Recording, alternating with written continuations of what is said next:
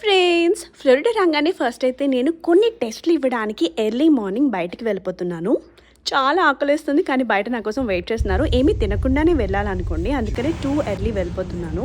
Twinkle and Kiran గారు నన్ను drop చేసి వెళ్ళిపోతున్నారు. అసలు లోపల ఎవ్వరూ లేరండి, వర్క్ చేసే వాళ్ళు తప్ప. కంప్లీట్ ఎంటీగా ఉంది. ఫస్ట్ అయితే చెక్ ఇన్ చేయాలి. నేను చెక్ ఇన్ చేసేసాను.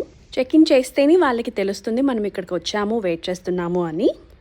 ఇది వచ్చేసి ల్యాబ్ కోట్ అండి.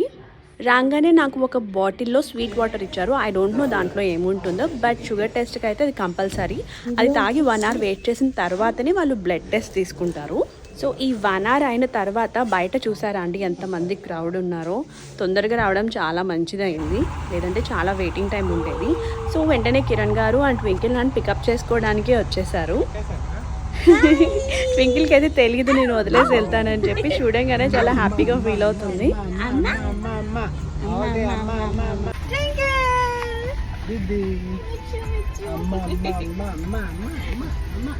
వీళ్ళైతే వచ్చేటప్పుడు నాకు బ్రేక్ఫాస్ట్ తీసుకొచ్చారు, ప్యాన్ కేక్ అండ్ బనానా.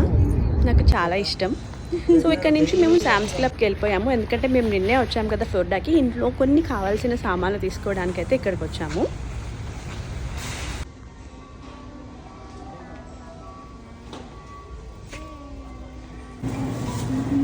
కొన్ని వాల్మార్ట్లో కావాలి, కొన్ని శామ్స్లో కావాలండి. శామ్స్లో మాత్రం బల్క్గా తీసుకునే ఐటమ్స్ తీసుకుంటాం మ్యాక్సిమం.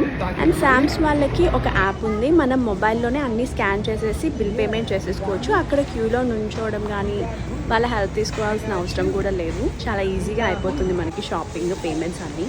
మేము బయటకు వచ్చేసరికి అయితే వర్షం పడుతుంది. ఆగస్ట్ వచ్చేసింది కదా, ఇక్కడ రైనీ సీజన్ కూడా స్టార్ట్ అయిపోతుంది. ఫైనల్గా ఎండలు కూడా అయిపోయాయి. చాలా హ్యాపీ.